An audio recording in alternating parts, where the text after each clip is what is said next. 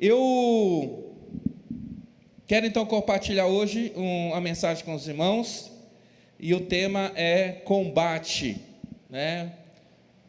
Hoje a gente vai ouvir um pouquinho sobre encarar o confronto, encarar um confronto.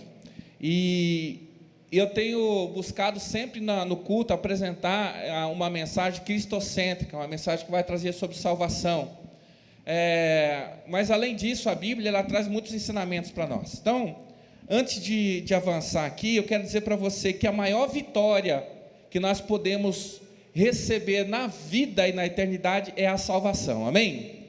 Então, para quem está aqui ou para quem está nos assistindo e ainda não crê, ainda não tem certeza da sua salvação, eu quero dizer, entrega a tua vida para Jesus, confessa os seus pecados, né? Confessa com os teus lábios, creia no teu coração que Jesus é o Cristo, é o Salvador do mundo e é o Senhor da sua vida, e seja salvo. Confesse o Senhor, entregue sua vida para Ele e congregue para aprender, para ser edificado e crescer até alcançar a medida e estatura de Cristo, amém? Se você já alcançou a fé de entender e aceitar que a salvação ela afeta a minha vida e a tua vida também, se você já tomou posse dela, confessando o Senhor como seu Salvador, além disso, nós podemos aprender muita coisa com o Evangelho. Então, nós vivemos um tempo agora, talvez algumas pessoas não estão percebendo, mas nós vivemos em um tempo, irmãos, onde um cenário está sendo montado, um cenário está sendo preparado. Tanto há um cenário sendo preparado para a volta de Jesus, amém? E quanto a isso, nada podemos fazer, nós não temos como ir contra, nem o anticristo, nem Satanás pode frustrar os planos do Senhor dele vir, é Ele que sabe como vai ser. Mas além desse plano, desse ambiente que está sendo gerado para a volta de Jesus, todo lugar está sendo gerado um ambiente para nos envolver também. Então, pessoas estão trilhando caminhos para nos alcançar, para nos envolver de maneira positiva ou não, né? E então nós precisamos estar atentos. Só que são tantas batalhas, tantos levantes, tantas coisas que nós vivemos durante a vida, que a gente chega um momento que a gente quer sossego.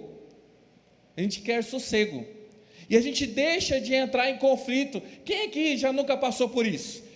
Você sabe ou você acredita que você tem razão, você acredita que você está certo, você acredita que você pode vencer ou superar aquilo, mas você pensa assim, não vou nem entrar para não tirar minha paz, não quero passar pelo, né? Por exemplo, você vê uma cana, sei que quem gosta de cana, fala, que vontade de chupar uma cana.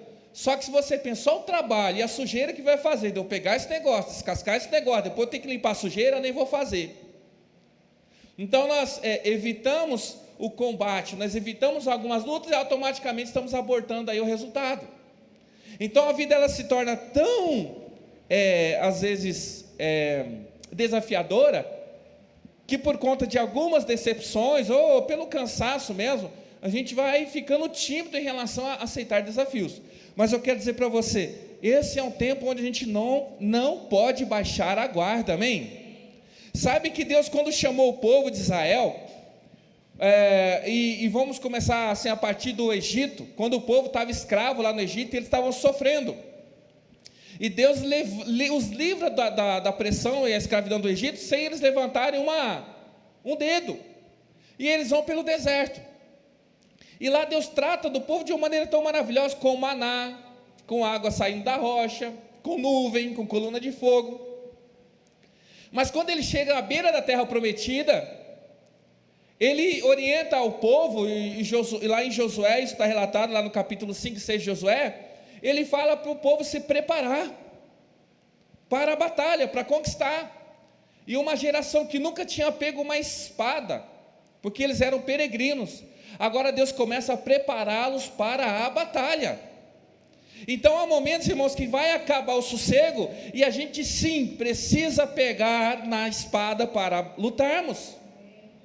Próprio Jesus, antes mesmo dele ser preso, antes mesmo dele completar a sua obra na cruz, Antes ele havia dito, né, olha, não levem bolsa, né, 2 bolsas e tal, sandália, aquele negócio. Mas chega um momento que ele fala assim, venda uma capa e compre uma espada. Isso não é literal de ir lá e matar pessoas como Pedro fez, arrancou a orelha do soldado lá. Mas é para se preparem, porque agora vai começar as batalhas. E batalha, muita gente já fica assim, meu Deus, luta. E a gente tem na igreja, isso quando fala assim, mas é luta, né? O irmão fala assim, é luta, é prova. É prova, a gente tem luta e prova como algo ruim. Só que eu vou dizer para você, o que está entre você e o seu milagre, você, a sua conquista, você e a sua vitória, é uma luta, é uma batalha. Porque quando nós conquistamos sem lutar, nós não desfrutamos, nós não valorizamos. Mas quem já viu aquela cena, que isso até se aplica no personagem bíblico, que é Davi, por exemplo, quando aquela cena onde tem alguém que é derrotado, e aí vem aquele que é o vencedor e pisa em cima, não é? Do seu adversário. Assim como Davi pegou a cabeça de Golias, e ele tem ali como um troféu. Por quê? Porque ali é fruto de um esforço, está celebrando a vitória de algo que ele conquistou. Irmãos, tem pessoas que se alegram, por exemplo, quando elas conquistam uma casa, quando elas conquistam algo financeiro, vamos assim dizer. Há uma satisfação enorme quando você entra dentro de um carro que você conquistou, não é verdade? Quando você olha para o teu filho, que nem a gente está vendo a Ana lá, e olha assim e fala assim, olha, é uma conquista, porque foi muito esforço, muito trabalho, mas está aqui a perfeição do Senhor. Agora, quando a gente toma posse de alguma coisa que a gente não fez nada para adquirir aquilo lá, a gente não dá valor. Por exemplo, tem pessoas que cresceram dentro de um lar totalmente abastado, com recursos sempre, e ele se sente frustrado e fracassado, porque ele não sabe o valor daquilo que ele recebeu. Amém? Mas nós somos desafiados em todos os dias a muitos combates. Eu quero começar com o texto que está lá em Romanos 8:37. Romanos 8:37. Paulo, ele diz assim, pegando aqui um texto, né, já: mas em todas essas coisas somos mais que vencedores. Vamos ler o versículo 36. Como está escrito, esse está escrito é o Salmo, lá no Salmo 44, o Paulo está citando o Salmo 44, lá no versículo 22, ele diz assim: como está escrito, por amor de mim, por amor de ti, enfrentamos a morte todos os dias, somos considerados como ovelhas destinadas ao... Se você olhar o salmista, lá no Salmo 44, 22, ele vai dizer essa parte, exatamente isso: por amor de ti, enfrentamos a morte todos os dias, mas somos considerados como ovelhas destinadas ao matadouro. Depois vem aquele texto: desperta, né? Desperta, tu que dormes, né? Mas o Paulo, ele traz um outro complemento para esse texto, no momento que ele fala assim: todos os dias nós somos, sofremos, ou nós entramos em combate, todos os dias nós enfrentamos a morte e somos considerados ovelhas destinadas ao matador. Imagina o seguinte: no momento que você acorda, começa a batalha, e há um desejo sobre a tua vida de alguém que quer te levar à morte, e parece de um mundo que quer nos engolir, não é isso? Seja uma competição no trabalho, competição no sentido de todo mundo quer vencer. Só que eu quero dizer para você, há situações, irmãos, que só existe um primeiro lugar. Só existe um primeiro lugar em algumas situações. Não tem como a gente ter 2 campeões de Fórmula 1, é um campeão, o vice e o terceiro lugar. Então, muitas vezes, para você chegar em primeiro em algum lugar, você vai sofrer muita disputa, muita competição. Então, desde o momento que nós acordamos até quando nós vamos deitar, nós estamos em batalha, amém? Só que Paulo, ele traz um novo significado para esse salmo, e ele acrescenta o texto dizendo: mas, versículo 37, em todas estas coisas, somos mais que vencedores, por meio daquele que nos amou. Então Paulo, ele traz isso, mas independente de qual seja a luta, qual seja o combate, nós já somos vencedores em Jesus. E aí ele vem, nem a morte, nem a vida, nem principados, nem potestade, não há quem se levante contra a nossa vida, que nós não vamos sair vencedores. Mas Paulo, ele não está falando só da questão do dia a dia, ele está falando de salvação e eternidade. Porque eu quero dizer, e eu não posso ser leviano com você escondendo a verdade, há momentos e há batalhas que nós vamos perder. Há batalhas que nós vamos perder, e muitas delas nós vamos sair feridos. Nós vamos sair feridos. Eu fico vendo aqueles filmes de medievais, de luta, de espada, guerreiro, aqueles vikings, aquele negócio. Eu fico imaginando assim: se eu estou no meio ali, se eu sou um soldado, e eu sou obrigado a lutar, naquele contexto lá, e aí eu vejo aquele monte de bárbaros, os caras vindo assim, eu vejo que a gente está perdendo, eu acho que eu me jogo debaixo do cara e me finjo de morto, né? Será? Mas diz que depois ele sai matando, né? Assim, né? Então tem gente que foge da batalha, tem batalhas que a gente perde. Mas eu vou dizer uma coisa: perder não é o problema. A questão é desistir. Muitos desistem, muitos fogem, muitos tornam-se derrotados sem mesmo ter batalhado em algum lugar. Sabia disso? Mas nós não, amém? Nós somos mais que vencedores. Olha só, mais que vencedores. O que tem além da vitória? Uma coisa é você entender que você é vencedor. Entendendo que você é vencedor, tudo que te importa é a vitória. Agora, entendendo que você é mais do que vencedor, significa que você tem algo além da vitória. E aí a gente vai falar um pouquinho sobre isso. E, como eu disse, ser cristão não é vencer todas as batalhas, todos os combates, mas é estar preparado para lutar todas as guerras. Amém? E eu quero te desafiar. Está preparado para a batalha? Está preparado para a guerra? Está preparado para fazer dessa semana que começa hoje uma semana de vitória, de luta, de aprendizado? Então a gente tem que se mover, porque algo que acaba, algo que atrasa a vida do ser humano é o comodismo e a preguiça. Você sabe que nós não temos mais, não conquistamos mais, porque muitas vezes a gente está cansado, como eu te falei, é consciente. Um exemplo, hora extra. Hora extra, mas às vezes você fala assim, você está tão cansado, você fala assim, não vou não. Você fala, mas você poderia ganhar mais. Eu sei, mas prefiro sossego, não é? Então às vezes a gente deixa de conquistar alguma coisa, porque a gente escolheu não conquistar aquilo lá. E hoje nós vamos receber algumas ferramentas poderosas em Deus, para vencermos os combates, amém? Então você que tem Bíblia, olha, eu sou bonzinho com vocês, irmãos. Abra lá 2 Timóteo. Olha a referência que eu dou, 2 Timóteo, capítulo 3. Tem gente que vem pregar aqui, pede para a gente abrir em Amós, Ageu, né, Natalino?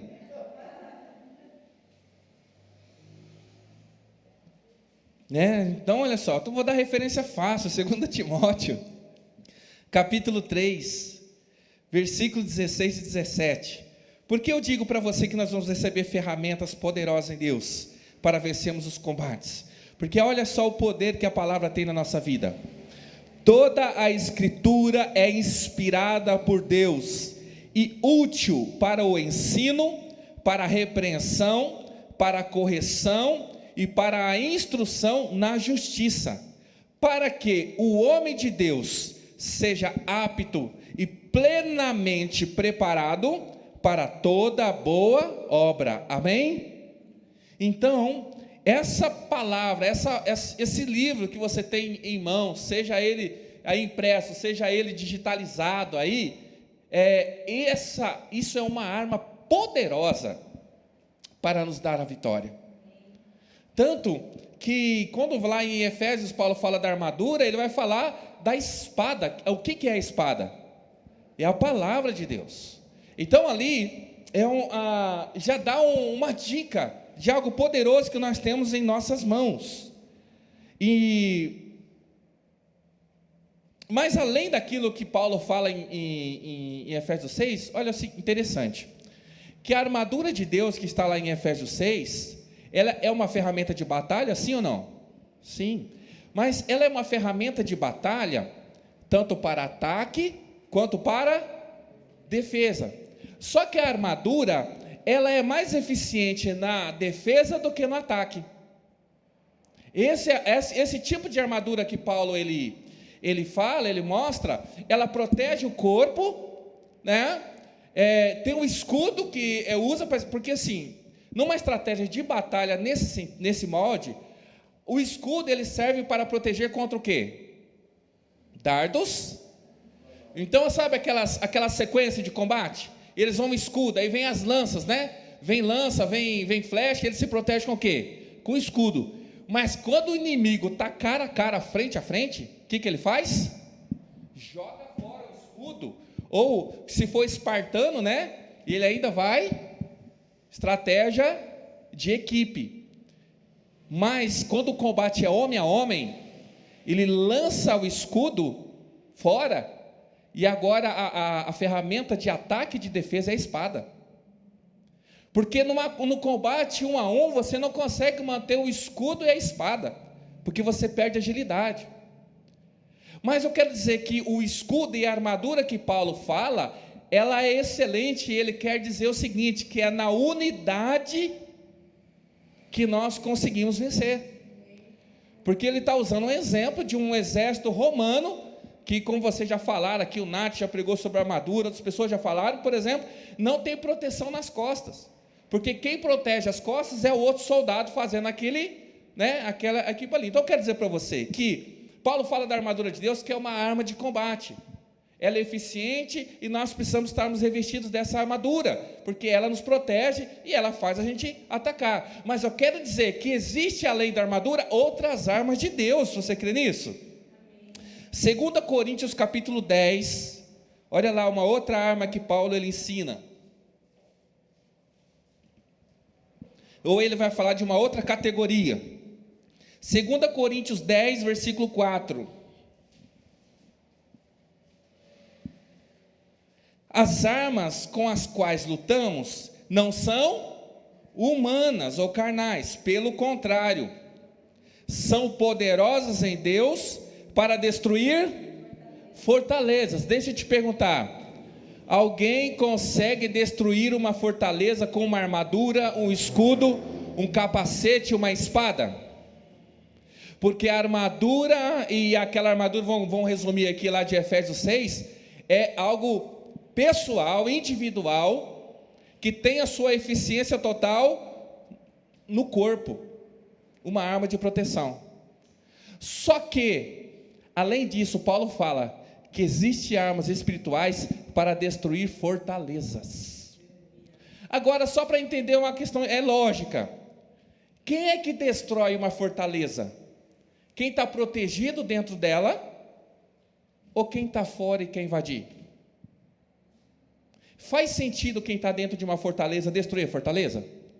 Não, porque senão ele vai se entregar para o inimigo, porque o inimigo ele sitia, ele fica à volta. Então entenda o seguinte, está falando assim, que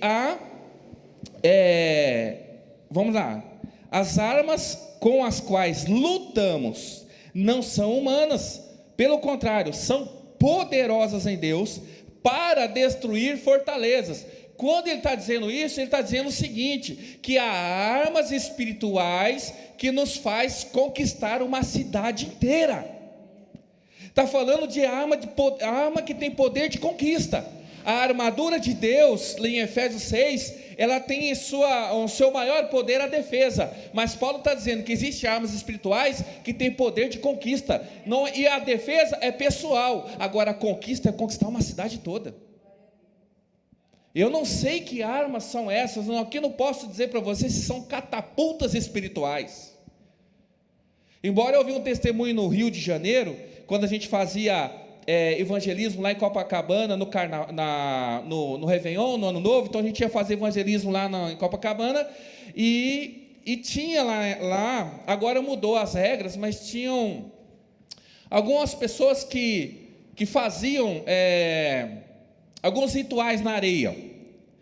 E aí tinha um crente espiritual muito louco lá, que ele chegou, ele falou o seguinte, ele começou a orar ao Senhor, e segundo ele disse que ia bombardear o terreno ou o terreiro do inimigo, se você me entende. E aí ele saía assim, pela praia de Copacabana, ele fazia assim, e não tinha nada na mão.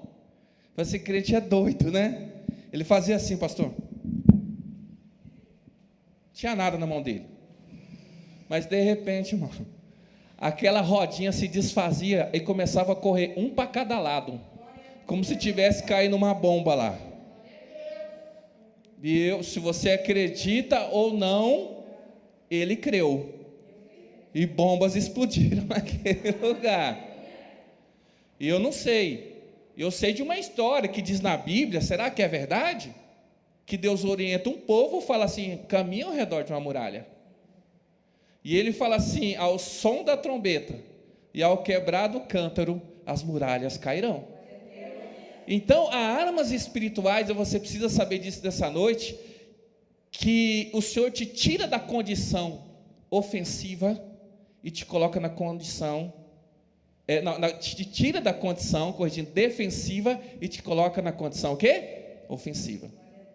E quando nós saímos da condição defensiva e nós entramos na condição ofensiva, nós estamos prestes a viver aquilo que Jesus ensina.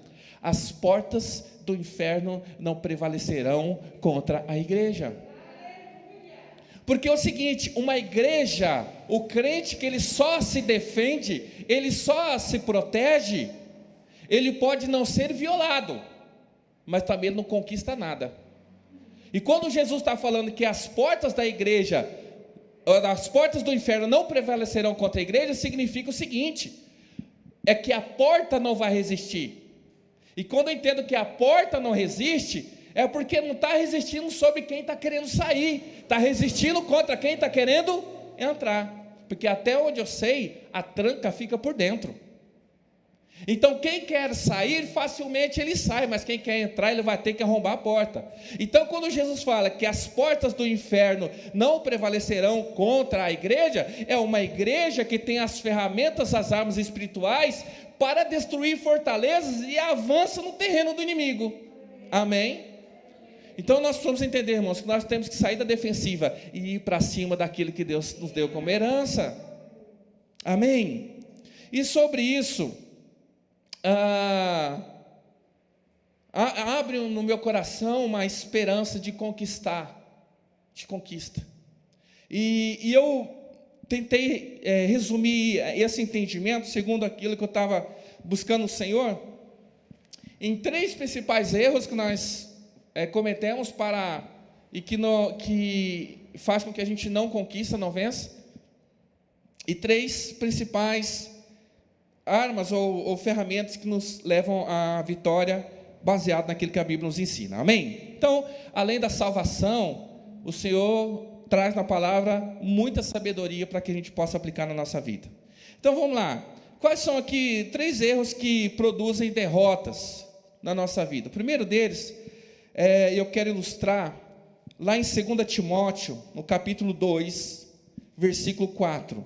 Esse primeiro, e é importante que você anota isso no coração, você anota isso aí no seu bloco de notas do celular, ou anota isso daí no seu caderno, na sua Bíblia, que o primeiro erro que produz derrota, irmãos, é a distração, ou distração.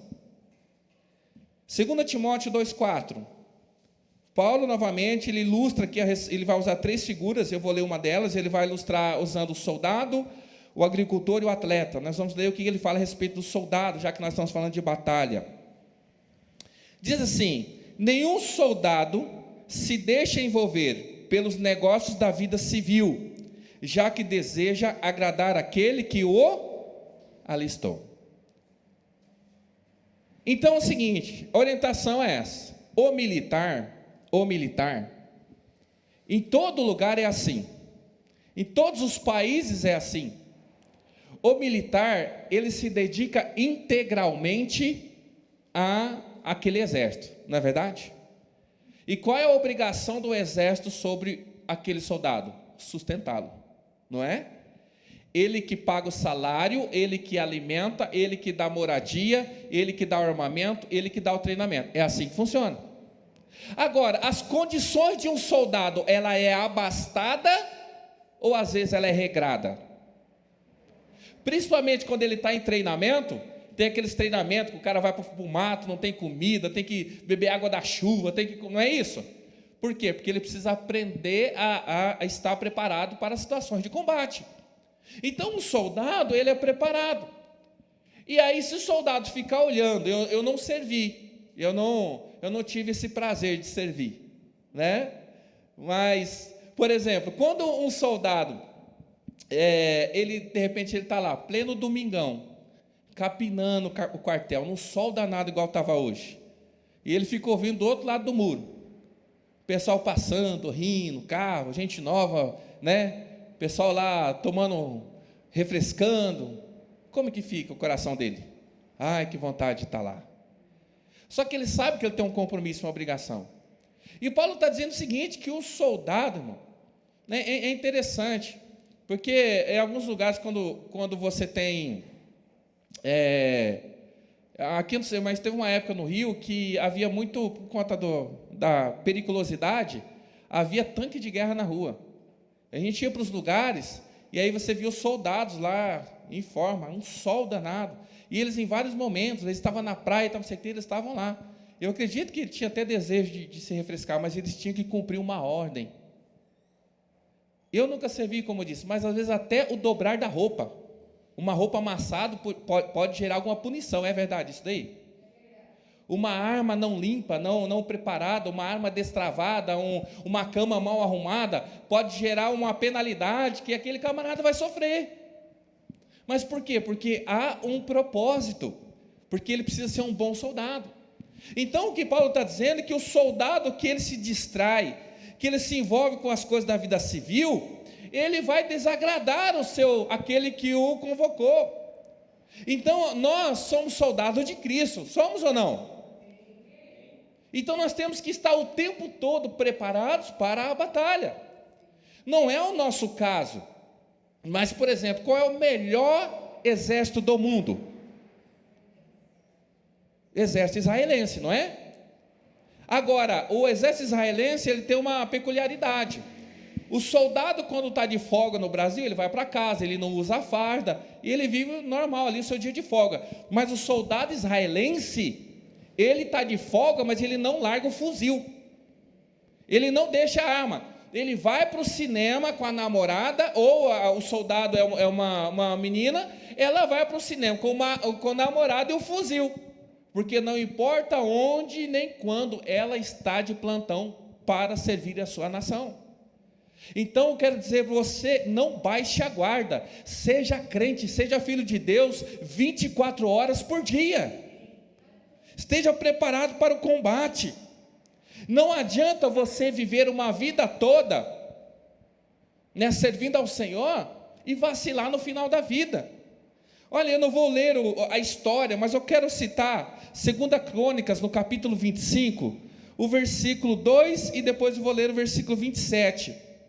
2 Crônicas, capítulo 25, versículo 2, e 2 Crônicas, capítulo 25, versículo 27. No versículo 2, vai falar aqui do rei Amazias, que ele reinou sobre Jerusalém, ele é um rei. E aqui no versículo 2 do capítulo 25, diz assim: ele fez o que o Senhor aprova. Olha só, ele fez coisas boas, aquilo que Deus aprova. Mas ele fala assim, mas não de todo o coração, ou não de inteireza de coração. Diz que ele foi um bom rei, só que o coração dele não estava totalmente envolvido naquilo. Apesar dele ter feito boas coisas, a consequência dele ter feito as coisas meia boca foram terríveis. Olha o versículo 27. 2 Crônicas 25, 27. A partir do momento, escuta isso, a partir do momento em que Amazias deixou de seguir o Senhor, conspiraram contra ele em Jerusalém, e ele fugiu para Laquis, mas o perseguiram até lá e o mataram. Até ali ele era um vencedor, ele era um rei bom, mas diz o texto, não de coração completo. Alguma vez, você não precisa me responder aí, responde para o seu coração. Alguma vez você já pensou assim para o Senhor: Senhor, mas eu sou tão bom, Senhor, eu não mato, eu não roubo, eu não falto um culto, por que, Senhor, que algumas coisas não estão funcionando na minha vida? Mas aí eu pergunto para você, pergunto para o seu coração, mas você está fazendo de todo o coração? É todo o coração? Porque o texto diz que a partir do momento, ele diz exatamente isso, a partir do momento que ele deixou de seguir o Senhor, começou a perseguição sobre a vida dele. E isso fica um sinal para nós, que a distração, ela pode impedir cada um de nós de alcançar vitória. Então, qual que é o segredo? Tenha uma vida disciplinada. Muito do que não conquistamos está ligado a coisas que nós deixamos de fazer, não é verdade? Muito do que nós não temos está relacionado a coisas pelo qual nós não lutamos para ter. Tem pessoas que são obstinadas em relação a alguma coisa. Ele consegue porque ele foi disciplinado para conquistar aquilo lá. Então, nunca deseje nada de alguém, nunca deseje nada de ninguém, mas nunca deseje nada pelo qual você não está disposto a lutar para ter. Muitas pessoas almejam o ministério, mas não estão dispostas a pagar o preço que custa o ministério. Muitas pessoas querem casar bem, mas não estão dispostas a pagar o preço de um relacionamento. Muitas pessoas querem ter um bom emprego, mas não estão dispostas a abrir mão de tempo, de esforço e de dedicação para alcançar isso. É ou não é verdade? Então, a distração, ela vai limando as nossas conquistas e vai impedindo a gente de alcançar. Eu tenho plena certeza, eu tenho plena consciência de há coisas na minha vida que eu não tenho, porque eu não batalhei para alcançar essas coisas. E isso é consciente. Agora, se eu estou bem com isso, se isso não me incomoda, ok. Agora, se isso me incomoda, então eu preciso acordar e despertar para a vida. E ser focado. Amém? Acontece que nós temos uma mania de o seguinte, eu já falei isso aqui algumas vezes, matriculei-me na faculdade. Qual a primeira coisa que eu vou fazer? Colocar no currículo, cursando. Mas o fato de você estar matriculado não significa que você já se formou. E o fato de você ter um diploma não significa que você já é um profissional. Então há processos na vida que a gente precisa passar e conquistar aquilo. Então, quando você pega um jogador de futebol, ai, que alegria, que conquista, ele agora está jogando um determinado time de futebol, sei lá, pensa num time de futebol aí, melhor do mundo, Corinthians. São Paulinos aí. Aí o jogador, ele chegou lá, ele conquistou alguma coisa? Ele conquistou alguma coisa? É uma vitória ele ter chegado ali, conquistou. Ele conquistou aquela posição, mas ele conquistou alguma coisa ali ainda? Para valer o que foi investido nele, ele tem que fazer o quê? Tem que fazer muito ainda. Então, não vamos nos distrair, amados. O que nós estamos buscando no Senhor? Quais os seus objetivos no Senhor? Então, vai para cima. Esteja focado nisso. Depois não reclame, porque não deu. Lógico, parou para descansar. Parou porque desanimou. Então, o Senhor, Ele fala para nós hoje, a distração é algo que pode é abortar as vitórias da nossa vida. A outra, segunda coisa, então a primeira é distração. A segunda coisa que eu queria pontuar aqui, eu vou ler lá em Judas. Judas é Novo Testamento, tá? É o mais difícil, a referência mais difícil que eu vou dar para você. No versículo 9, que é o seguinte: sabe qual o porquê nós perdemos muitas batalhas? Porque nós subestimamos o nosso inimigo. Não subestime o seu inimigo.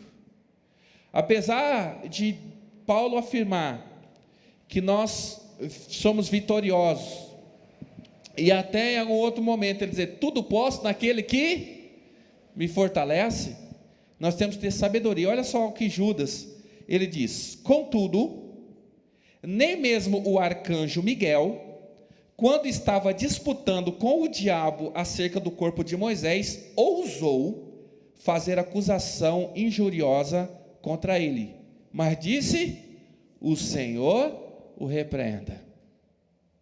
Irmãos, não subestimar o inimigo não é apenas fazer igual alguns atletas fazem no ringue, não é? Fica dançando na frente do cara, desprezando, não é isso?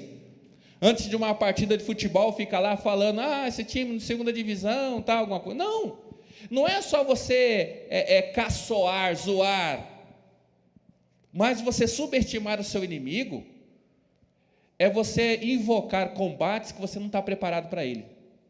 Deixa eu dizer uma coisa para você. Toda vez que você invoca um combate, você tem que ter no teu coração, ou na tua mente, a convicção de que você pode vencer aquela batalha. Você está entendendo? O que Jesus ele fala? Fala de um homem que constrói uma torre, mas não calcula, e ele fala de quem vai para o combate e não calcula se ele tem poder para vencer. Mas aí você fala assim, pastor, mas aí, então como é que faz para mim conquistar o impossível? Né? Não, mas aí você está contando com a força de Deus. Mas tem coisas que eu devo lutar e tem coisas que é Deus que vai brigar.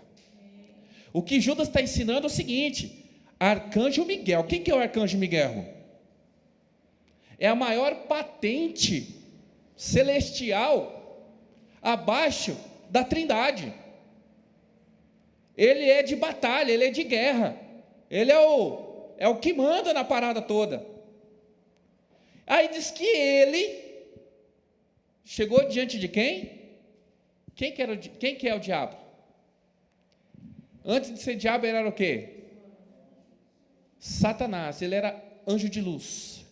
Ele era poderoso? O poder dele ele perdeu? Não, ele perdeu a área de atuação. Agora ele atua na terra. Antes ele atuava no céu. Agora ele continua com o seu poder. Aí o arcanjo Miguel diz aqui que ele não ousou confrontá-lo, mas ele disse que o Senhor o repreenda. Às vezes a gente é tão infantil que a gente está comprando briga que a gente não está preparado para elas. Às vezes a gente está se metendo em lugares onde a gente não tem maturidade, às vezes a gente não tem sabedoria, conhecimento ou força para lutar, ou pelo menos saber que tem alguém que está por trás de você, que tem força para vencer aquela batalha. Onde isso se aplica? Não faça compromisso, não invoque batalhas ao qual Deus não te autorizou para fazer. Seja como Moisés. Se a presença do Senhor se for daqui, eu vou. Mas se a nuvem não se mover, eu não saio deste lugar. Porque se você vai lá invocar uma briga no nome de Deus, tem muita gente que fala em nome de Jesus. Tem gente que fala assim, inclusive você vai ser amaldiçoado, eu te amaldiçoo em nome de Jesus. Nós temos poder para amaldiçoar? Temos poder para amaldiçoar? Sim, temos poder para amaldiçoar. Deus nos deu essa autoridade. Só que também é o seguinte: não se amaldiçoa aquele que Deus abençoa. Porque a gente subestimou o nosso inimigo. Contra quem a gente está? Então vamos lá, pensar um pouquinho sobre isso. Não provoque combates que está além da sua força. Irmãos, sabe de uma coisa? Quem luta sozinho, ou ele é taxado de rebelde, ou de revoltado. Não é? Agora, quem luta com grupo, ele é chamado de exército. Então, tem coisas que a gente não pode entrar sozinho. Até para orar. E a gente fala que às vezes a pessoa vem e fala assim, pastor, eu estou querendo trazer o fulano, eu estou não sei o que tem, eu estou orando por ele. Mas de quem é que está orando por você? Qual é o limite da tua autoridade para você assumir algumas batalhas dessa daí? Então, a gente tem que estar ligado, que é o seguinte, se o Senhor mandar, você vai, na autoridade do Senhor, amém? Mas se o Senhor não te autorizou, o máximo que você pode dizer é que o Senhor te repreenda. Vai se entender com Deus, nessa briga não entra. Eu conheço pessoas que se arrebentaram, porque assumiram batalhas que Deus não tinha colocado para elas. Você vai casar com alguém, você tem que saber se você está preparado para assumir as lutas dessa pessoa. Você não está assumindo só o corpício.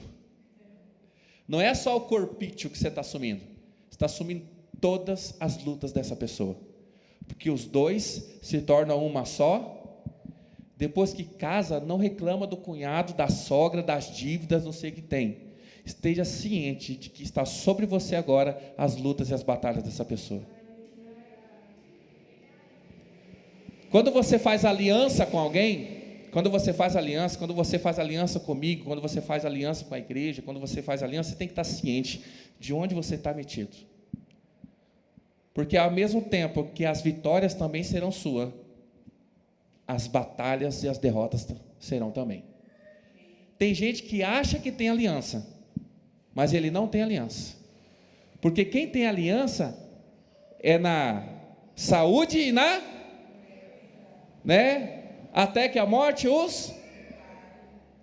Agora, tem pessoas que fazem aliança, seja conjugal, seja uma aliança ministerial, que ela só quer desfrutar da vitória. Quando vem a derrota, ela fala, mas se fracassado, mas se não fazia parte do exército? Então, se eu fracassar, você também fracassou. Porque nós somos um corpo. Se o dedão sofre, todo o corpo padece. Isso é aliança. Porque quem conhece a história, estamos juntos. E na hora que a coisa aperta, é cada um por um lado. Então, irmãos, não subestime o inimigo. Esteja sempre bem assessorado e acompanhado. Porque em maior número nós podemos mais. Amém? Então, algumas pessoas simplesmente não vencem, porque não é por fé. Não, eu tenho fé. Existe fé e burrice, irresponsabilidade de assumir compromissos que Deus mesmo não abençoou. Amém? Então vamos lá, terceira coisa para a gente aprender qual seria a ferramenta. Terceira coisa que impede a gente de vencer é o seguinte, é a gente ter conhecimento, mas a gente não ter prática. Ou seja, conhecimento acumulado não paga conta. O diploma da faculdade não paga boleto. É ou não é verdade? Então, o que acontece é que muitas pessoas hoje, profissionais, quando eu digo profissionais, eu não digo se pessoas formadas, estão exercendo funções que ela não gostaria de exercer, porque ela não conseguiu oportunidade na área dela. Então, você vai ter alguém que ele tem um diploma de engenheiro, que está trabalhando, por exemplo, como pedreiro. Não diminui, nenhuma é melhor que a outra, mas ele não estudou para ser pedreiro, ele estudou para ser um engenheiro. Ele tem conhecimento para ser engenheiro? Sim, só que ele não está praticando isso. Ele não está exercendo a sua profissão. Versículo, Tiago, capítulo 1, versículo 19. A respeito de praticar, irmão, será por que as coisas espirituais, por que será que essas armas espirituais, eu não estou vendo, como é que acessa elas? Ué, nós não estamos praticando. E aqui o conselho de Tiago, capítulo 1, versículo 19. Meus amados irmãos, tenham isso em mente, como se eu estivesse dizendo, coloca isso na sua cabeça. Sejam todos prontos para ouvir, tardios para falar e tardios para irar-se. Olha como isso é importante. Pois a ira do homem não produz a justiça de Deus. Olha só, dá uma pausa aqui no versículo. Quem já viu assim? Irmão, você precisa se revoltar contra isso daí. Se revolta, irmão, se levanta, irmão, se posiciona e toma, não é isso? Não adianta ficar bravinho. Quem já viu criança esperneando? Como isso comove o coração da mãe, não comove? Quando um monte de engenheiro desempregado, irmão. O engenheiro, ele estudou, projetou o escapamento, inventou o silenciador da moto. Aí o camarada compra a moto parcelada. Ele pega um prego, ele fura o silenciador do escapamento, né? É brincadeira, né? Mas vamos lá. Então, se uma criança, quando ela começa a berrar, espernear, e a mãe olha, a mãe fica tão comovida, não fica? Ela fica tão sensibilizada, né? Então, o que o Tiago está falando aqui é o seguinte: não adianta espernear, não adianta ficar bravinho, porque a ira do homem não gera justiça de Deus. Então, às vezes a gente ouve uma pregação, a gente vem no culto, a gente chora, a gente sai animado, aí você fala assim, agora tudo vai ser diferente, meu coração, eu sinto, eu vejo, e aí você acorda até mais cedo aquele dia, você até ora aquele dia, aí no outro dia, não tem prática, não tem sequência, não tem constância. Por quê? Aí ele fala assim, seguindo o texto: portanto, livrem-se de toda a impureza moral e da maldade que prevalece, e aceitem. Ele vai, como que ele diz assim, gente? Aceita que dói menos. Ele fala, aceitem humildemente a palavra implantada em vocês, a qual é poderosa para salvá-los. É a espada que Paulo fala lá, é a palavra de Deus, ela é poderosa, né? E outro texto vai dizer o quê? Poderosa para o que ela encontrar a divisão entre a alma e o espírito, é poderosa em Deus. Aí ele diz assim: sejam praticantes da palavra e não apenas ouvintes, enganando-se a si mesmos. Então não adianta nós ouvirmos uma mensagem, nós meditarmos no mesmo versículo todos os dias, e nós só mentalizarmos e não trazemos vida. O que é a palavra viva? É a palavra vivida. Não é a palavra viva assim, às vezes imagina que você deu a palavra, tudo começou a acontecer porque você disse, não, a palavra é o seguinte, você declarou a palavra e caminha na fé daquilo que você declarou, ela se torna viva. Não? Nós temos que ter iniciativa. Quem já viu um ditado assim, ou a montanha vem a Maomé?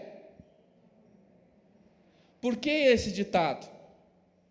Porque um dia ele estava ensinando lá para os seus discípulos. Maomé é o fundador do islamismo, e ele fala para os seus discípulos, lembra que Jesus ele já tinha feito isso?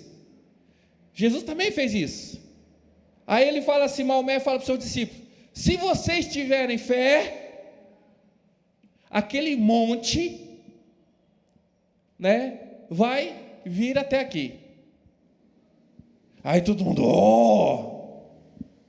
você tem fé, Maomé? Eu tenho. Aí tudo que eles esperavam o quê? Que o monte viesse até... O monte veio. Mas o que ele fez? Ele foi. Aconteceu algum milagre? Mas ele foi até o monte. O monte, naturalmente, não podia se mover. Agora, ele podia. Não tinha o porquê do monte se mover, mas ele tinha condições de ir até o monte.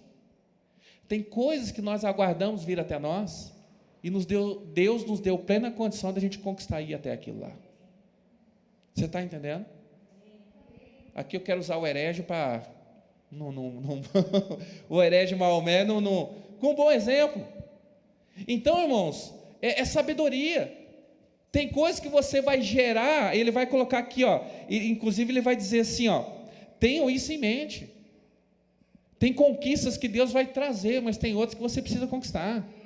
Você precisa se mover. Deus, ele conduziu o povo até as portas da terra prometida.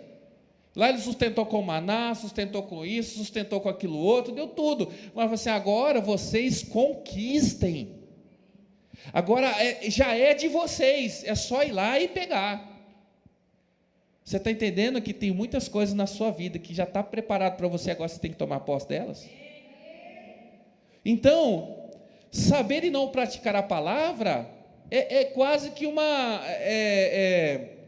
para não dizer burrice. Então não vai funcionar. Por exemplo, o salário que você recebe na sua empresa não é equivalente ao conhecimento que você tem. É equivalente ao valor que você produz para a empresa. Tem muita gente que se sente mal remunerado no trabalho que ele tem, que já não, eu estudei para isso. Aí eu não sou reconhecido. Você tem que calcular o valor do trabalho, o resultado do seu trabalho, se ele paga o seu salário. Porque tem gente que não produz o suficiente para pagar nem mesmo o seu próprio salário, por isso que é mandado embora. É ou não é verdade? Por isso que não adianta saber muita coisa se não tem resultado. Tem gente que conhece menos que você, tem menos estudo do que você, sabe muito menos do que você, mas produz muito mais resultado. Você tem que, no mínimo, se pagar. Senão não compensa ter você no quadro de funcionários da empresa. É ou não é verdade? Que é lógica. Deixa eu falar uma coisa para você, não falando de empresa, mas falando do reino. Deus nos cobra por aquilo que Ele nos deu, e Ele nos recompensa segundo aquilo que produzimos. Verdade ou não? Deus, Ele nos cobra pelo quanto Ele confiou a nós, ou melhor, Ele nos cobra pelo quanto Ele confiou a nós, e nós recebemos o retorno baseado naquilo que nós produzimos. Fala assim, me prova, pastor. Lucas capítulo 12, versículo 48.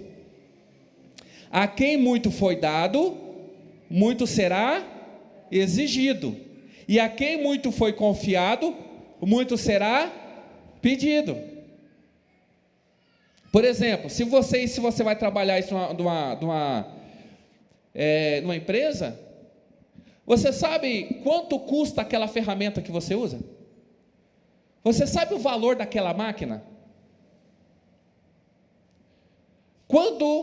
Já viu reunião em empresa? Quanto é a hora mais ou menos de uma empresa? Sei lá, vamos dizer que a hora lá seja R$50. Quem ganha R$50 a hora aí? Mas vamos lá, eu ganho R$50 por hora. Aí você chama quantas pessoas para fazer uma reunião? Chama 10. Essa reunião dura 2 horas. Quanto custou aquela reunião? Quanto custa 15 minutos seu no banheiro? Então tudo isso aí é calculado. Agora, quanto vale aquilo que Deus depositou na nossa vida? Muito. E nós seremos cobrados por isso. Mas pelo menos, irmão, eu estou sendo cobrado, mas o salário é bom.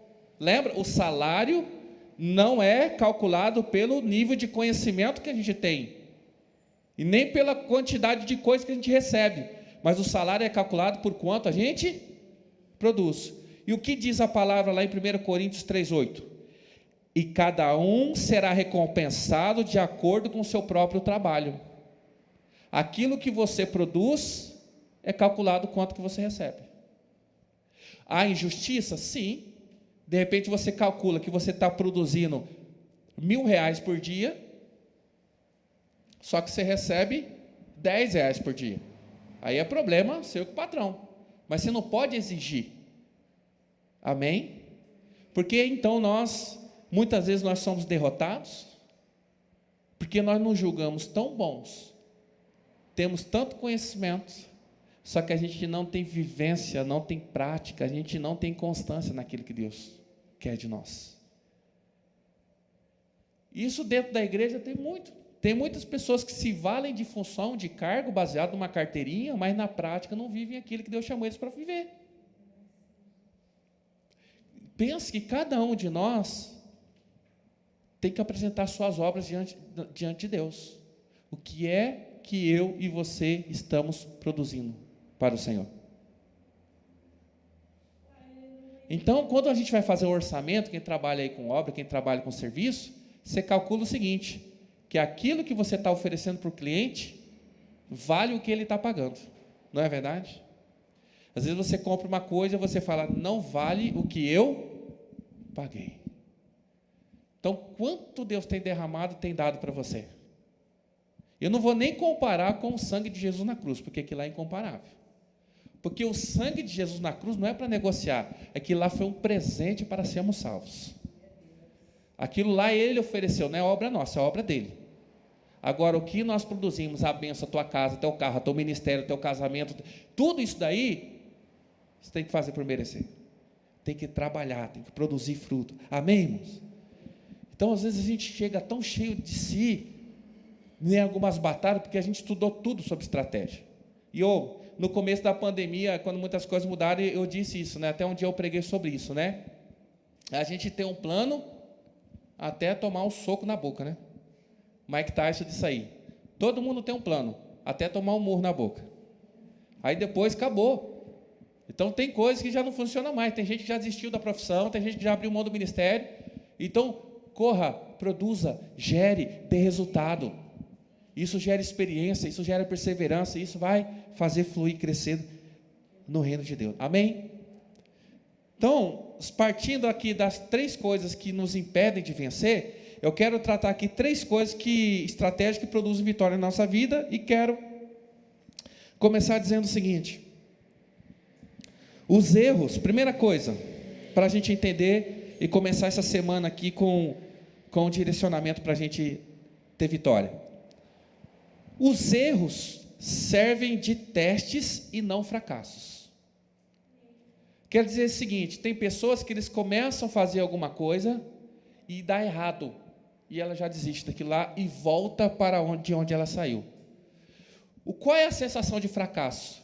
Quando a gente erra e volta do lugar onde a gente parou. É a sensação de você ter saído da casa dos seus pais, não ter dado certo, aí depois você voltou para a casa dos seus. Como é que a gente volta? Não deu certo. Mas aí a pessoa ela se sente um fracassado porque ela entendeu aquilo como um fracasso, não como algo que não deu certo, mas agora ela vai fazer de novo até que dê certo. Então, não há crescimento sem erro. Entenda o seguinte, uma criança, para ela aprender, ela tem que errar muito. Quando alguém conquista alguma coisa sem ter errado, ela nunca vai perder o medo. Eu sou um exemplo disso, já contei essa história aí. Quando eu fui aprender a andar de bicicleta. Eu aprendi a andar de bicicleta sem cair nenhuma vez. Nunca caí de bicicleta. Mas eu sempre tive medo de andar de bicicleta. Por quê? Porque uma criança, alguém que ela caiu, ralou, ela vai perdendo o medo, porque ela entende, isso chama que superação. Então tem pessoas que estão travadas, que não conseguem, porque ela é frustrada, porque ela identificou aquele erro como um fracasso, e não como um teste. Bom, se não deu assim, agora eu vou fazer desse jeito. Talvez tem meninos aí que tentou fazer o mesmo bolo várias vezes até acertar a receita. Queria muito fazer a determinada receita. Ela pegou uma, não deu certo, pegou outra, não deu certo. Aí, mas não deu certo, ela trocou a farinha, depois ela trocou o leite, e aí ela chegou ao ponto perfeito, porque ela errou tantas vezes para chegar àquela receita lá. Então, qual é o segredo da vitória? Não aceitar fracasso, mas estar sempre buscando fazer as coisas para que a gente possa alcançar isso. Amém? Não há crescimento sem erro, pois se conquistamos de primeira, não aprendemos, só desfrutamos. Mas quando depois de tentar outras vezes alcançamos alguma coisa, não só desfrutamos, mas como podemos conduzir outros para a mesma conquista. Quem já viu o ditado assim? Você não pode levar as pessoas a lugares que você ainda não foi. É uma verdade. Eu não posso dizer que é uma verdade, sei lá, que vai se aplicar em toda situação. De repente você pode conduzir alguém para um lugar que você não foi. Vai pelo GPS, eu nunca fui, mas segue aqui. Mas, mais profundo do que isso, irmãos, tem gente querendo ensinar, sendo que ele nunca nem alcançou aquilo lá. Então, além da gente desfrutar o que a gente pode conquistar, Deus ele quer nos usar para levar outras pessoas pelo mesmo caminho. O apóstolo Paulo é testemunha disso. Ele fala: tudo posso naquele que me fortalece. Ele vai usar exemplo dele. Ele fala assim: quantas vezes eu sofri, eu passei e tal. Tudo posso. Eu sou prova viva de que é verdade. Eu sobrevivi para dizer para vocês. Agora, às vezes a gente fica contando história da Bíblia, contando história dos outros, contando história da Bíblia, contando história dos outros, mas nós não temos testemunho porque nós não vivemos aquilo que nós pregamos. O que eu quero dizer para você, que erros vão acontecer, frustrações vão acontecer, mas isso não pode te parar, isso tem que fazer com que você seja aperfeiçoado, amém? Que suas derrotas te levem ao amadurecimento, ao crescimento, não à depressão. Você sabe que a timidez, ela é abortiva. A timidez, ela é abortiva. Por quê? Ela evita o confronto e ela aborta a vitória. Tem muitas pessoas falando: não, agora vai, daí ela retrai, porque ela não quer correr o risco de ser envergonhada, de errar, de falhar. E às vezes, irmão, a gente só vai vencer depois de tomar prejuízo. Você tem que estar ciente disso. Tem hora que você não vai acertar de primeira, vai ter que errar para acertar. Mas a gente tem que ser resiliente para se levantar e falar assim: agora vai. Amém? Isso não é burrice, isso é persistência. Paulo ele vai falar isso em outro momento, né, que produz persistência. Isso nos aperfeiçoa. Então, vou te dar uma dica: não pare por conta de nenhuma derrota, de um fracasso, mas calcule novamente e faça de novo de uma maneira diferente, até acertar. Nós erramos estratégias, nós erramos ações, nós falhamos, mas nós não vamos parar, porque uma hora nós vamos acertar. A mentira que muitas vezes nós acreditamos é que tudo vai ser lindo e só tem vitória. Não, tem derrota. E com derrotas nós aprendemos. Quem aqui já, por exemplo, já viu estratégia geralmente time de futebol? O time está jogando 2 campeonatos, ou ele está jogando aquele campeonato, ele já está classificado. E aí ele tem aquele jogo e depois é a final, é o jogo decisivo. Ele coloca todo mundo para jogar ali. Ele corre o risco de perder aquela partida porque ele está de olho em algo que é mais valioso. Estratégia. Às vezes a gente tem que estar disposto a sofrer e perder algumas coisas para conquistar aquilo que é mais importante. A gente tem que fazer esse cálculo. O problema do crente frustrado é que ele acha que ele vai ganhar todas.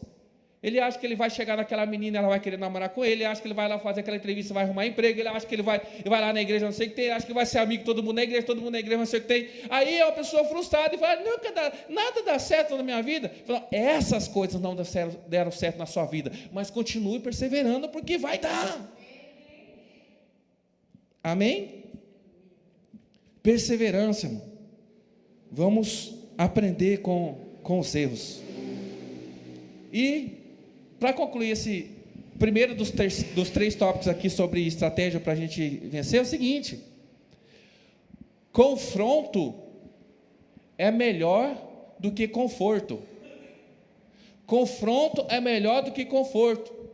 Isso aqui para nós que somos crentes, às vezes a gente quer ficar alisando os outros, ficar confortando os outros. O confronto faz as pessoas despertarem para a vida. Conforto não. O conforto na nossa vida gera acomodação. Você não quer sair dali. Mas o confronto te move, te irrita, te leva a querer conquistar. Você crê nisso? Tem coisas que nós conquistamos na vida porque nós somos provocados em algum momento. Por conta de uma provocação. Sabe que a pessoa estava quietinho lá? Estava quietinho. De repente você toma uma seta assim. Aí você fala, Satanás. Né? Então, eu até, agora eu lembrei, eu não guardo o texto, não guardei o texto. Eu estou falando da armadura de Deus, né? O escudo da fé é para proteger contra os dados do inimigo. Sabia que Deus também lança dardos inflamados? Fugiu o versículo. Se você procurar, não sei se tiver como procurar aí, agora me fugiu aqui, eu li esse versículo ontem. Deus lança dardos inflamados, né? Contra os seus inimigos também, que é estratégia de guerra para um lado e para o outro lado também. Mas muitas vezes, irmãos, alguma coisa que vem para nos incomodar é para nos despertar para algo maior que está para acontecer na nossa vida. Então, antes de você murmurar e reclamar, você já viu aquela história da pessoa perdeu o carro, não pegou, e ela perdeu o voo, e aí o avião caiu? Já viram histórias desse jeito? Então, a gente não sabe de nada. Então, o comodismo, ele nos leva a estarmos passivos, mas o confronto nos faz crescer. Por isso, que uma igreja que prega a palavra que te incomoda, é sinal de que você está crescendo na vida. Porque se você vir aqui, você ouvir todos os dias que você é lindo, que você é cheiroso, que você vai vencer, que tudo vai dar certo na sua vida, vai virar alguém frágil, que não suporta as adversidades da vida. Mas quanto mais pancada você tomar, mais forte você se torna. Você está entendendo? Por isso que ser cristão, às vezes, parece que é mais difícil do que você não ser, porque quando você está ali na presença de Deus, e Deus, Ele quer que você conquiste, Ele está te incomodando, Ele vai colocar alguém para te falar, para te cobrar, Ele vai colocar um líder, Ele vai te... Porque é obrigação. Eu, como pastor, tenho a obrigação de te encher o saco, de convocar reunião de manhã assim, de ficar chamando para o culto, de ficar mandando mensagem para você, entendeu? De fazer comentário nas suas fotos, nas besteiras que você posta lá, porque eu vou ser cobrado por isso. E tem que ter alguém para cobrar. Olha só que bênção que é a tua mãe na sua vida, se não fosse ela te movendo para fazer as coisas. Se não fosse ela te acordando cedo, se fosse ela fazendo você limpar essa orelha. Hoje a gente olha esses jovens, estão tudo bonito, arrumado, cheiroso, mas tudo de uma época na tua vida está fedido, não limpava atrás da orelha, que não trocava a roupa íntima. Você sabe o que eu estou falando. Mas se não fosse a tua mãe, a minha mãe, mover, incomodar, a gente chamar ela de chata, se você que tem, mãe, um dia eu vou sair dessa casa aqui, e hoje você saiu, você fala assim, obrigado mãe, porque você pegou no meu pé. Amém? Confronto. Segunda coisa, já caminhando para o fim aqui. Primeiro motivo, então, irmãos, a primeira estratégia é superação. Entender erro não como uma frustração, mas como um aprendizado. Segunda coisa, encontrar o seu propósito. Muitas pessoas não conquistam porque elas estão no lugar errado. Você já viu a história do pato?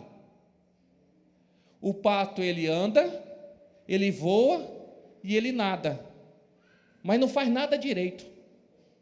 Você já viu um pato nadando? É lento. Você já viu um pato andando? É lento. Você já viu o pato voando? É lento. Tadinho do pato. Deus fez ele assim, né? Mas Ele te fez um pato? Ele te fez com propósito. E o motivo pelo qual muitas vezes a gente está andando igual pato é porque a gente não está vivendo aquilo que Deus chamou a gente para viver. Porque a gente não entendeu qual que é o nosso chamado. Olha o Salmo 139, versículo 14. Eu te louvo. Olha a visão, olha a consciência do salmista. Olha a consciência. Eu te louvo porque me fizeste de modo especial e admirável. Fala assim para você mesmo: eu sou especial e admirável. A forma com que Deus fez você é especial e admirável. Isso te faz alguém especial e admirável. Sabe quando alguém vê uma obra e você tem que chegar perto e você pensa, como o cara conseguiu? Você já viu um pneu de bicicleta enroscado em poste lá em cima? Você fica imaginando um artista, você fala, como ele foi capaz de fazer isso? Então, mas diferente disso, quando Deus te fez, o salmista está dizendo aqui, que foi de uma maneira maravilhosa, e ele fala assim a respeito de Deus, tuas obras são maravilhosas. Olha que cara cheio de si. Fala assim, pastora, o seu marido é um homem maravilhoso. É isso que o salmista está falando. Ele fala assim, o Senhor, a maneira como o Senhor me fez foi algo extraordinário. Como as suas obras são maravilhosas. Você está entendendo? Se nós entendemos que é Deus que move e age na nossa vida, e tudo que Deus faz é bom, é perfeito, é sua obra extraordinária, então eu entendo que eu sou e o que Ele está fazendo em mim também é. Porque Deus trabalha em mim. Maldito aquele que Deus já não trabalha mais na vida dele. Sabia disso? Porque quando Deus deixa de trabalhar na vida de alguém, é porque esse alguém já está condenado.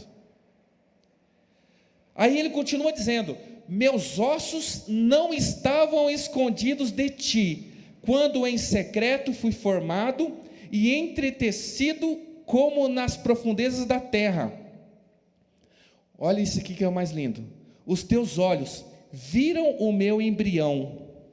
Todos os dias determinados para mim foram escritos no teu livro antes de qualquer deles existir. Lembra que eu falei dos livros de Deus uma vez aqui? Então ele está falando nesse livro aqui, é o livro da existência, que todos os nossos dias foram escritos antes. Significa então que tudo que foi escrito vai acontecer? Tem gente que anda pregando aí, que eu até falei outro dia negócio de hipergraça, que eu falei assim, que Deus escreveu, mas você tem a borracha. Estão pregando isso aí, irmão, que Deus escreveu os propósitos da sua vida, mas você tem a borracha e você pode mudar isso.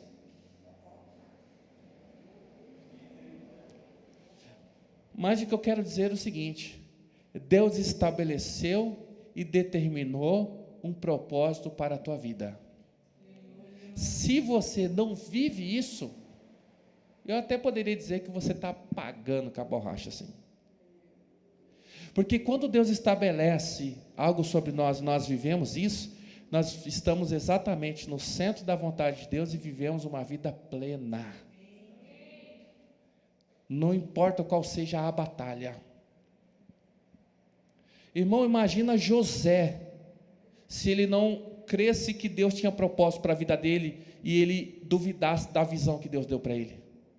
Deus deu uma visão para ele de que pessoas se dobravam, os irmãos se dobravam. Mas imagina se no primeiro susto ele abandona o Senhor, quando ele é traído pelos irmãos e ele é lançado num poço. Imagina quando na segunda oportunidade ele abandona o Senhor, quando ele é tirado do poço e vendido como escravo. Imagina na outra oportunidade, quando ele é colocado lá, ele é preso por injustiça. Imagina se José não vivesse por propósito, mas vivesse por situação e frustração. Nós não teríamos hoje acesso a Jesus. Seguindo a linha da história, que foi por conta do povo hebreu, que foi preservado no Egito. Depois Moisés, que alcançaram a terra, aí que a história se desenvolve. Então, às vezes, a minha vida sem propósito pode estar afetando a vida dos meus filhos e das pessoas que virão depois de mim, porque eu não obedeci aquilo que Deus falou para mim. Tem gente que é tão egoísta que ele vive uma vida para ele só, mas não entende que além dele o Senhor atua na nossa vida de geração em geração.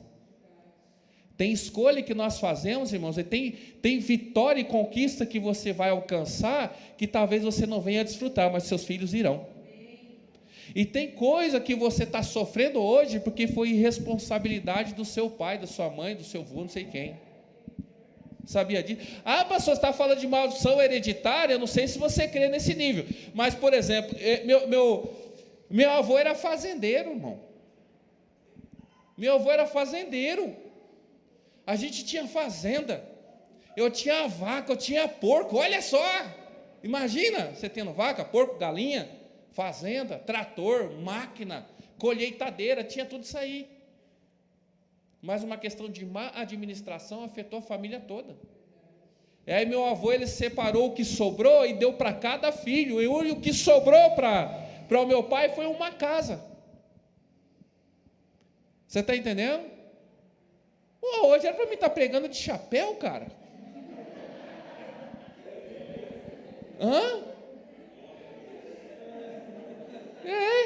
Era para mim estar andando de Hilux, de coisa assim. Mas agora eu vou ficar chorando pelo meu avô? Não. Agora eu sigo para viver e conquistar, para que as futuras gerações, sabe? Não deixou, irmão, não deixou ali uma propriedade, mas me deixou princípios. Minha família era cristã, vivendo princípios, e baseado na criação desses princípios, eu tenho uma vida hoje que eu possa abençoar a vida de outras pessoas. Então, sabe que a tua vida vai além da sua vida. Entende? Então, encontre o seu propósito. Tem gente que já viveu 30, 40 anos da sua vida e não entendeu qual é o propósito de Deus para ela ainda. Tem gente que odeia a vida que ela tem e ela se esquece de reconhecer, como aquele salmista, que ele falava: Senhor, mas eu sou tão especial e maravilhoso e tal. Então, muitas vezes a gente não entende o propósito de Deus e muitas vezes a gente não aceita o propósito de Deus. São duas coisas. Tem gente que não quer aceitar, não quer assumir aquilo que Deus te chamou para ser. Tem gente que não aceita o próprio corpo, tem gente que não aceita o próprio sexo. Sinto muito, baby, mas Deus te criou com esse propósito, agora cabe a você aceitar ou não. Se você não quer aceitar, não viverá os propósitos de Deus para a tua vida. Agora, se você aceitar, entende? Vivermos, teremos recompensa. Lembrando que a recompensa está relacionada àquilo que a gente produz. Se a gente não produz fruto de arrependimento, a gente não vai receber perdão e misericórdia. Entende? Não adianta, eu não produzo fruto de arrependimento e quero que Deus tenha misericórdia. Vai vir misericórdia só no seu lombo, você vai ver. É verdade. O reino funciona desse jeito. Deus é tão misericordioso, irmão, que Ele sabe corrigir quem Ele ama. A misericórdia de Deus se expressa na correção. Amém? Então, entenda assim, você pode não sentir, não entender ainda, mas existe um propósito maravilhoso para a sua vida. Pessoas não entendem, irmãos, porque eles acham que é loucura. Pessoas às vezes olham para alguém, às vezes a gente, não vou dizer que a gente é criticado, né? Mas quase que eu posso dizer que às vezes dá para você ler a mente da pessoa, né? Irmão, eu sei do meu potencial. Eu sei que eu tenho capacidade e condições de conquistar muitas coisas. Mas eu também sei para o que o Senhor me chamou. Você está entendendo? Então, o fato de eu aceitar o propósito de Deus para a minha vida, às vezes vai fazer com que eu esteja rejeitando muitas outras coisas. Entenda que a gente sempre quer ganhar. E quem é casado sabe que não tem jeito. Você não ganha sempre. E quem é homem, você sabe que nunca vai ganhar. Né? Que ela sempre tem razão. Né? Ou vale aquela premissa, ou você tem razão ou você tem paz. Então, Nós, homens, vivemos em paz. Olha que a passividade, o homem tranquilo, deita e dorme, não tem problema nenhum. Entendeu? Por quê? Tá, ué. Gente, para concluir aqui, para a gente o horário aqui e a gente ora para encerrar.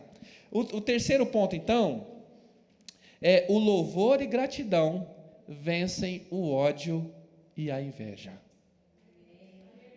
E aqui, que seria o início da pregação, não vai dar. Eu só vou ler o texto que está lá em 1 Samuel 18, versículo 8. 1 Samuel 18, 8. Enquanto você acha, eu já vou lendo. Saul ficou muito irritado com esse refrão, e aborrecido disse: atribuíram a Davi dezenas de milhares, mas a mim apenas milhares. O que mais lhe falta senão o reino? Saul aqui está tomado de ódio, porque Davi está sendo reconhecido e ele não. Ele segue dizendo: daí em diante, Saul olhava com inveja para Davi. Só algo aqui, geralmente quando alguém, ele acha que ele está recebendo menos, e ele encontra alguém que está recebendo aquilo que deveria ser dele, gera um sentimento nós chamado inveja. Por quê? Porque não sabe qual é o propósito para a vida dele. Quando você sabe qual é o propósito de Deus para a sua vida, você pode viver com pessoas que têm mais do que você e você não terá inveja delas, e você pode viver com pessoas que têm menos do que você jamais será alguém arrogante sobre elas, porque você sabe exatamente onde Deus te colocou. O João Batista, ele teve a tentação de, quando chegaram para ele, tinha muitos discípulos, chegaram para ele e perguntaram: você é o Cristo? Ele falou assim: não, eu sou amigo do noivo. Virá alguém que é maior do que eu. Isso é propósito, saber quem ele é.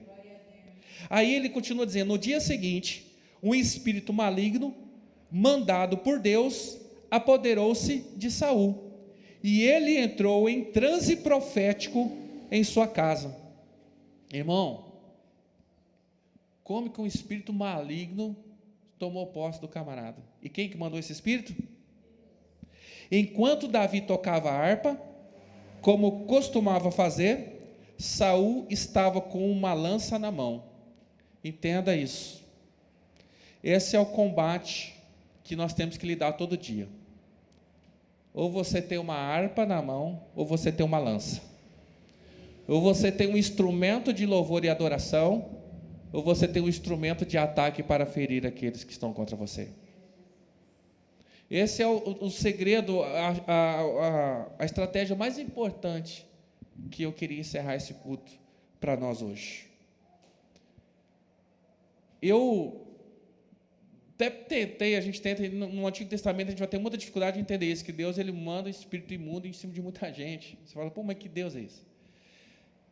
Eu acredito, irmão, que o ódio na vida de Saul era tão grande, que era melhor ele possesso por um demônio do que deixar ele em sã consciência. Porque tem gente que em sã consciência, se ela for pela consciência, ela pode fazer mais dano do que um demônio. Porque tem pessoas, irmãos, que elas são tão maquiavélicas, tão terríveis, e a ira cega, a inveja cega, o medo cega de tal maneira que elas podem fazer coisa horrível. Queria eu, irmão, que aquela moça que matou e violou o ventre de uma mãe estivesse endemoniada, possessa, babando no chão e não tivesse coragem de fazer a atrocidade que fez. Porque eu acho que nem o demônio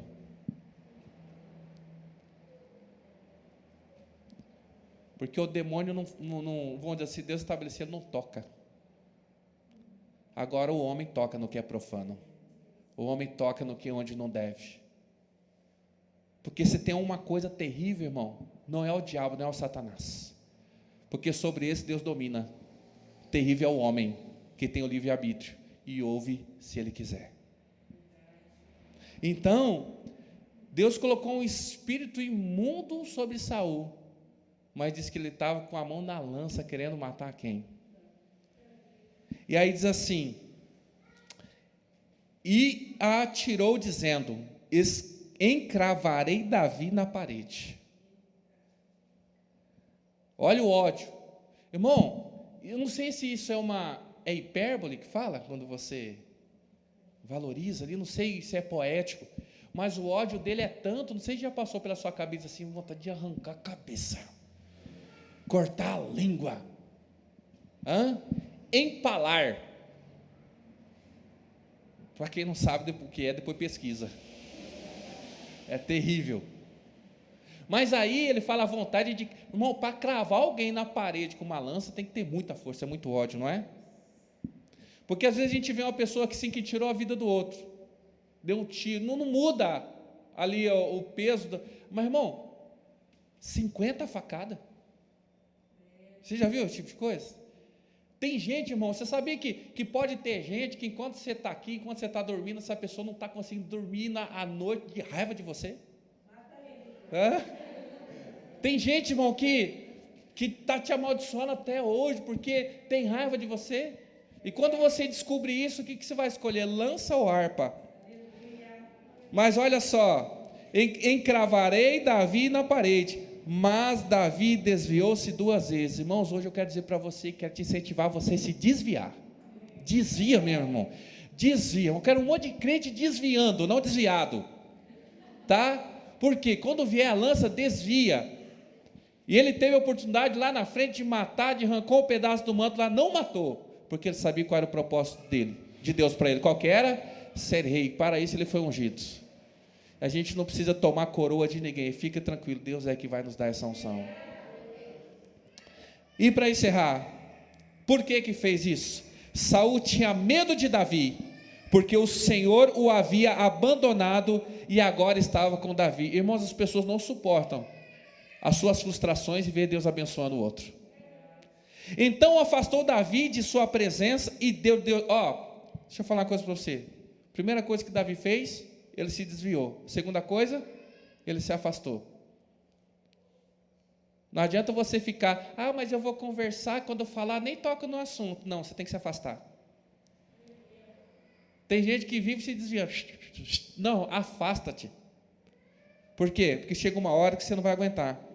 Então ele afastou, e ele deu o comando, uma tropa de 1000 soldados, Davi conduziu essa campanha e tal. Quando Saul, como ele tinha habilidade, teve muito medo dele. Todo Israel e Judá, porém, gostava de Davi, pois ele os conduzia em suas batalhas. Só encerrando pelo horário aqui, e poderíamos continuar, mas eu quero encerrar agora. Ele tinha medo de Davi, porque o Senhor era com ele. Quem sabe que está no caminho certo e no lugar que Deus estabeleceu para estar, não tem medo, porque sabe que o Senhor é com ele.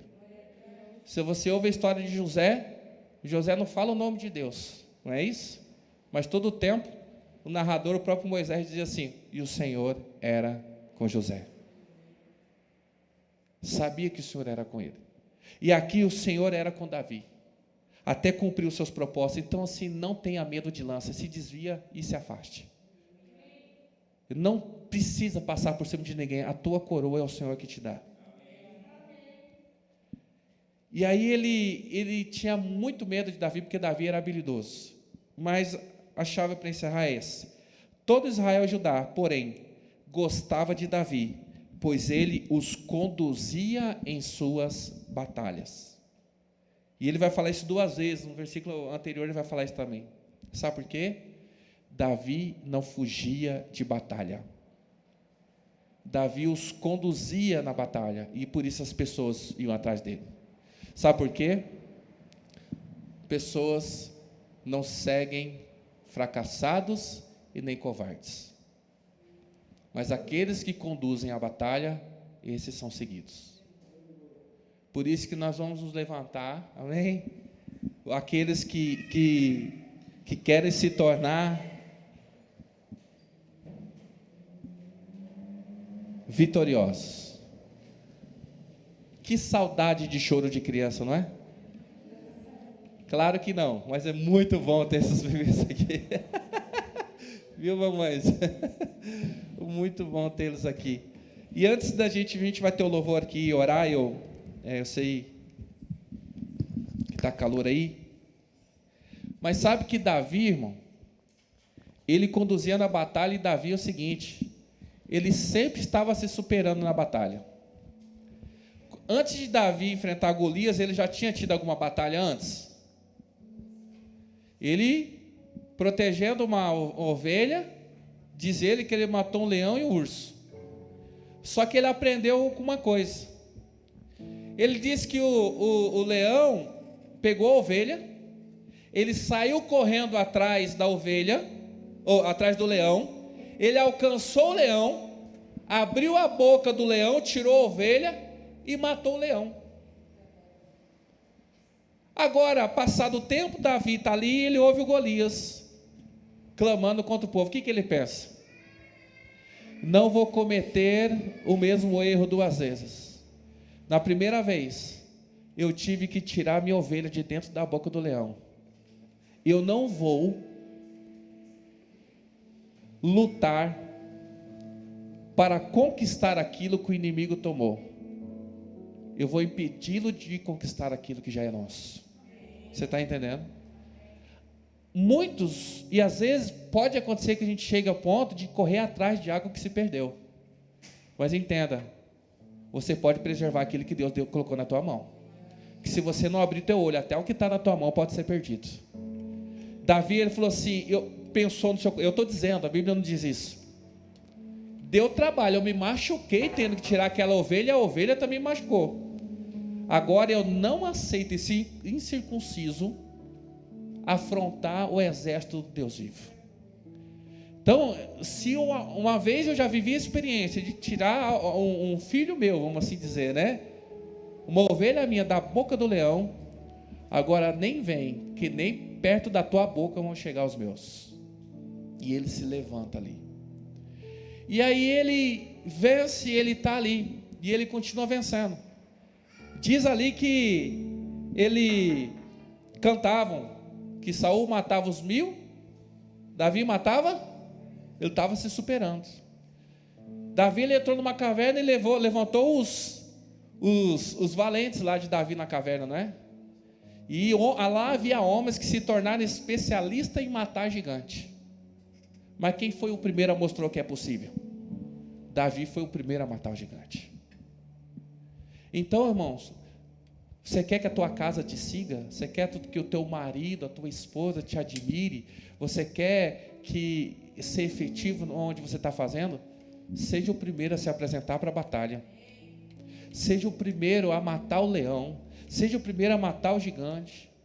Depois fala assim, me segue. Me segue.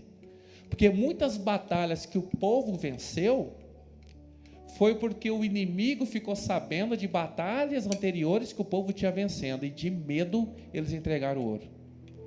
O mesmo acontece que se a gente, com medo das derrotas que nós tivemos, a gente nem entrar em batalha porque a gente está com medo de perder.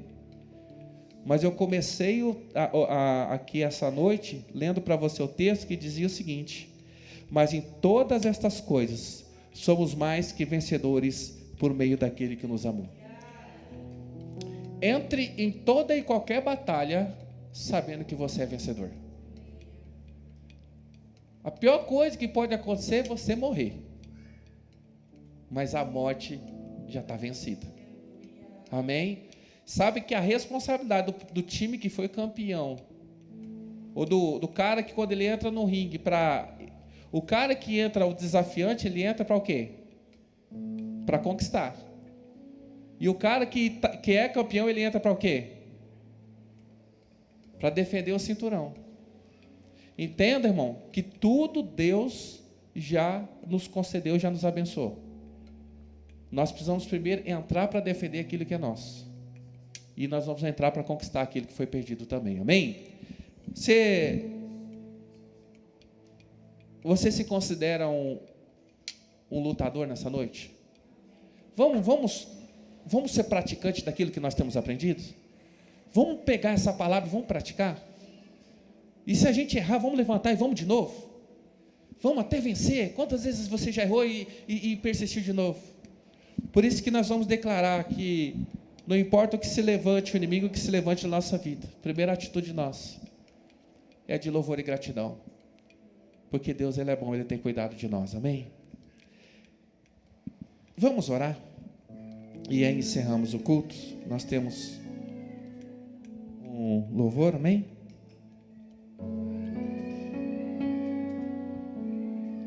Creia nessas verdades de Deus para a tua vida nessa noite.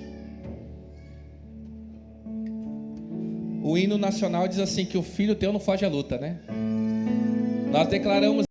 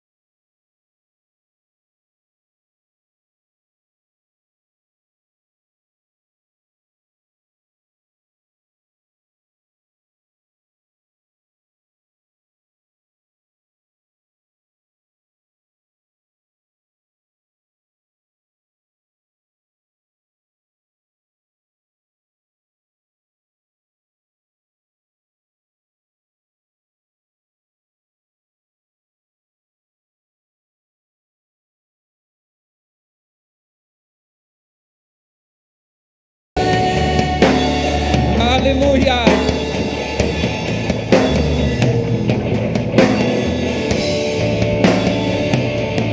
Fazemos parte de um exército vencedor.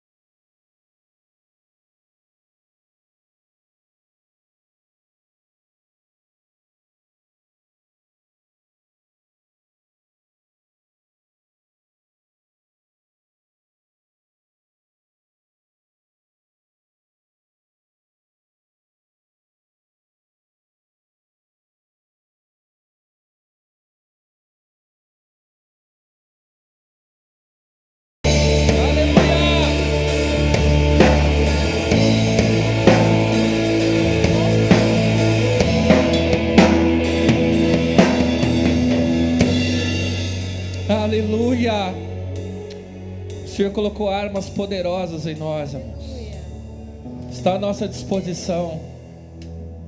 Outro dia foi ministrado aqui na igreja que nós somos os chofares de Deus.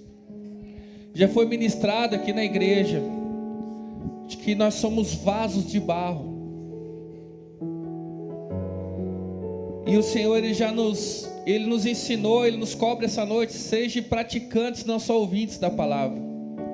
E o Senhor fala assim: eu dou armas espirituais para vocês, para derrubar fortalezas. E quando o povo direciona Josué e o povo para destruir aquela fortaleza, Ele dá orientação para tocar o chofar, para quebrar o vaso.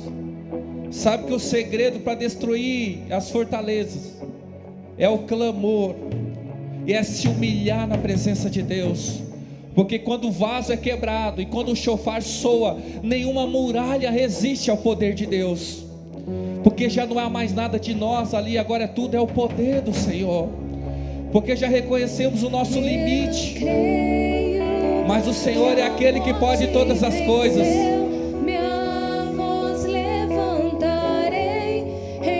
Porque somos mais do que vencedores por meio daquele que nos amou. E não é pela nossa força, é pela força do Senhor.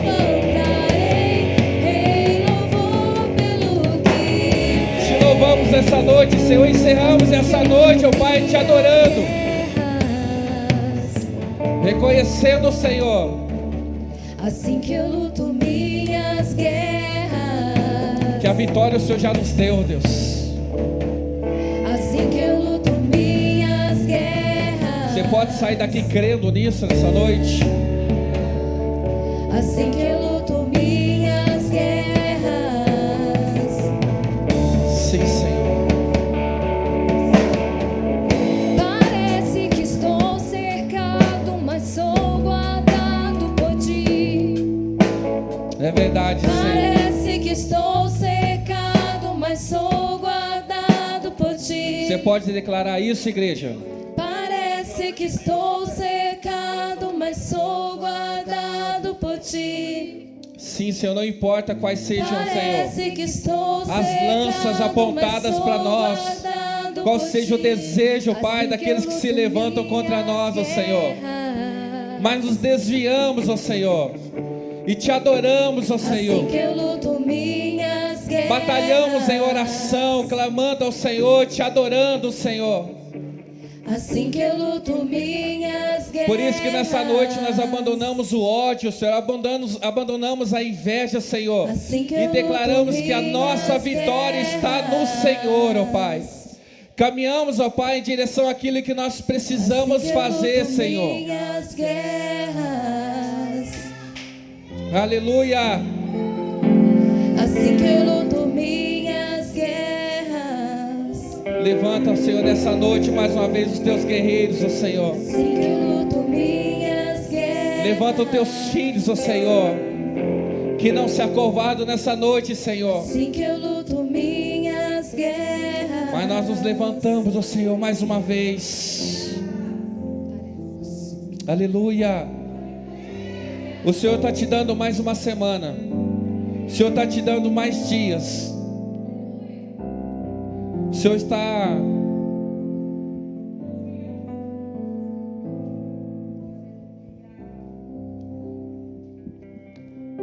O Senhor, Ele está te dando mais uma oportunidade de grandes conquistas. Mas não existe conquista sem desafios, irmãos.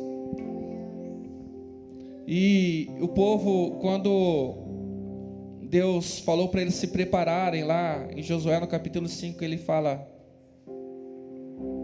se preparem, santifiquem-se, porque eu já dei a vitória para vocês. E eu quero pedir para que vocês, a partir de hoje, se preparem para os desafios que vão surgir. Talvez quando você sair desse portão, você já seja desafiado a alguma coisa. Talvez antes de você sair daqui, você seja desafiado a um desafio muito grande. E eu quero te orientar: santifica a tua vida. prepara para os desafios que o Senhor tem pela frente. Amém? E eu quero te convocar para uma batalha junto comigo também. Amanhã está programado para a gente conversar com o proprietário desse prédio. Vence o nosso contrato, né? Então haverá o reajuste aí tanto do valor do aluguel, mas ele falou que ele como está à venda o prédio, ele propõe para nós a compra do prédio. Então, ou nós temos que lidar com a questão do aumento do valor do aluguel, ou também podemos passar pelo fato dele vender o prédio e a gente tem que procurar outro lugar. Eu não tenho problema de sair daqui. Deus é conosco, amém? Mas eu quero viver os propósitos de Deus para a nossa vida. E a vontade de Deus. Eu não quero aceitar a derrota antes de entrar na batalha. Por isso que eu quero pedir para você, se coloque em oração, jejue, se prepare, porque grandes batalhas o Senhor tem para nós. E consequentemente, grandes vitórias o Senhor tem para nós. Posso contar com você? O que eu posso dizer para você agora é: se prepare. Se prepare.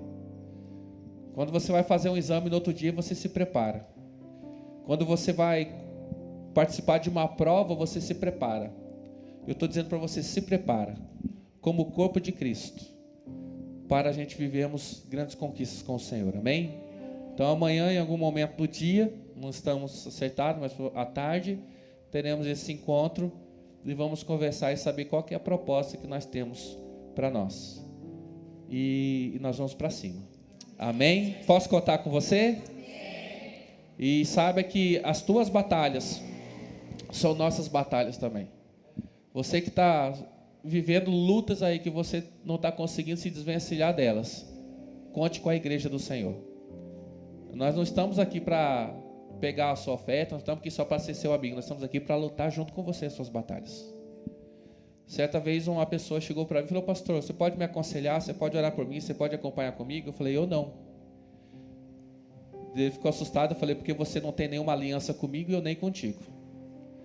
Se você não tem uma aliança comigo e eu nem contigo, eu não tenho obrigação e nem você de ser fiel. Mas se você fizer uma aliança comigo e eu contigo, as suas lutas serão as minhas lutas, as suas batalhas serão as minhas batalhas. As suas vitórias serão as minhas vitórias, as suas derrotas serão as minhas derrotas. E assim o Senhor fez aliança conosco. Amém? Nós temos direito às suas vitórias e à recompensa do que Ele já conquistou na cruz. Mas também nós temos que assumir a responsabilidade e as consequências de servir a Cristo. Perseguição e às vezes até a morte.